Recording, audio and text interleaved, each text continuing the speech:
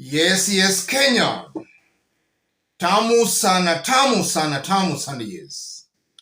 There are some remarks that have been made by Okanga and Gaucho, very strong Raila Odinga supporters, and the remarks seems to be dividing some Raila Odinga supporters. I want us to listen to Okanga before we proceed. Yes. Let me start by saying this.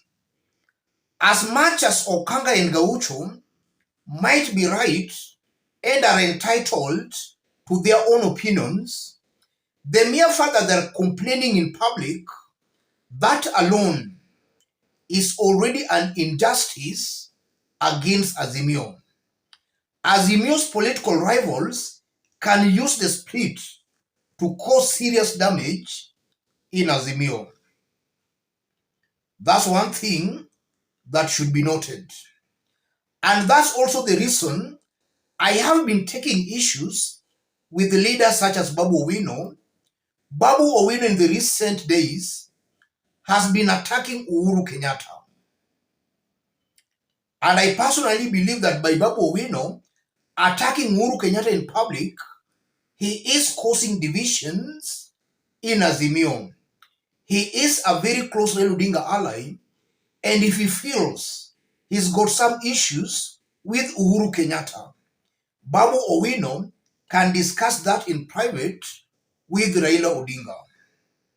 And now Okanga and Gaucho might just be repeating the same mistake Babu Owino has been committing. But having said that, where is the truth in all that long speech by Okanga? Let's dig deep. The first truth, Okanga and Gaucho might be right that there are some greedy individuals surrounding Raila Odinga who are not interested in Raila's political success, but they are just interested in making money using Raila Odinga. That's highly possible. And I'm saying that because if you look at the people who turned their backs against Raila Odinga most, those have been very close Raila Odinga allies. Immediately after William Ruto was sworn in as the president, we saw some leaders even from Luo Nyanza, the likes of Karoli Omondi, who has for a very long time been Raila's long personal assistant. Karoli actually declared he was ready to work with William Ruto. At a time, a good majority of Raila supporters felt Ruto had stolen their votes.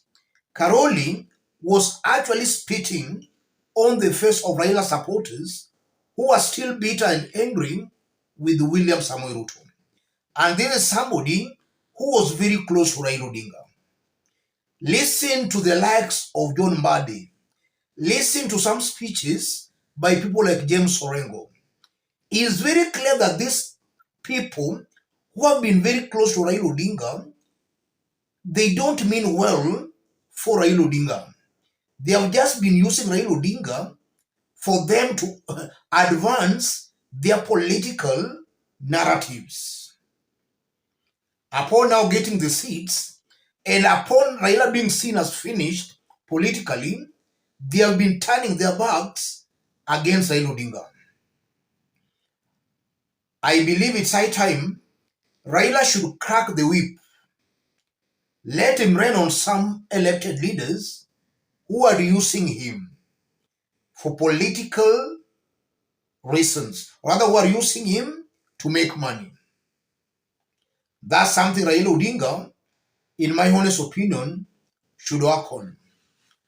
And then the second truth, after the August presidential election, a good majority of AZIMIO leaders actually wrote Raila's political obituary.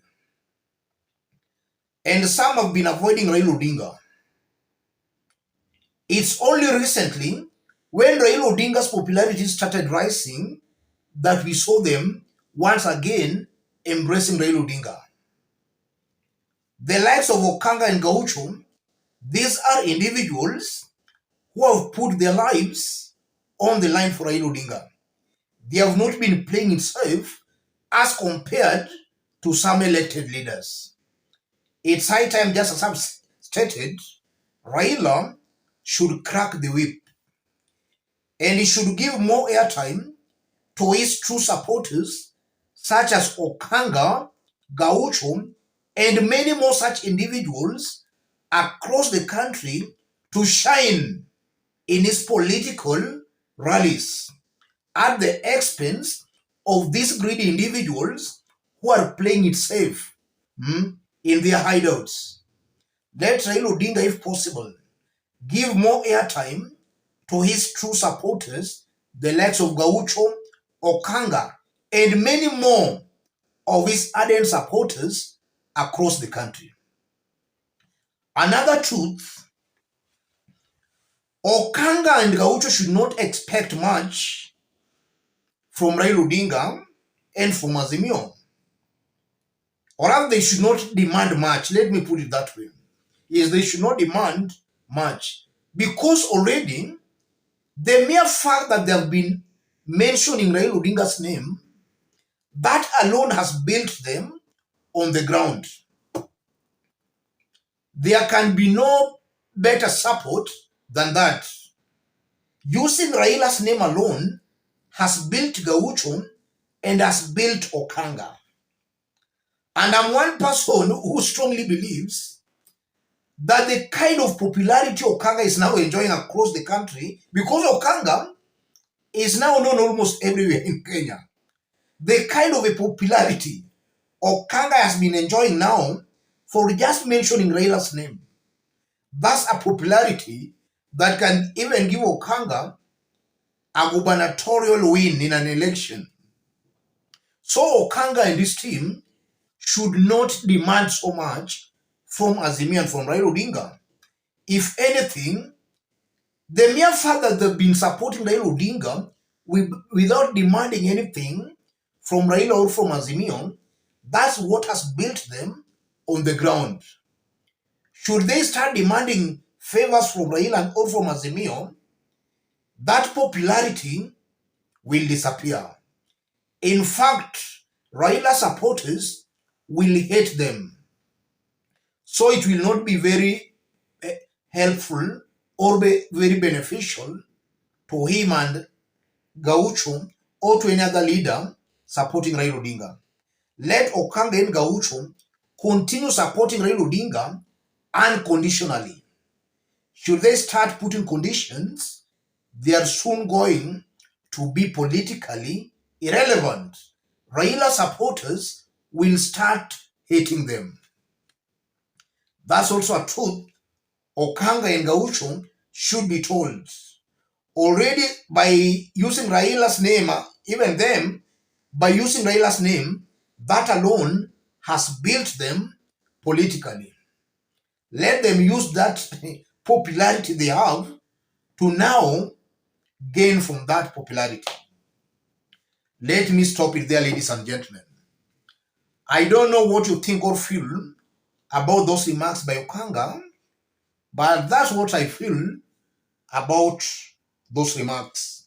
Let's meet in our next analysis. I've pinned my number on the comment section.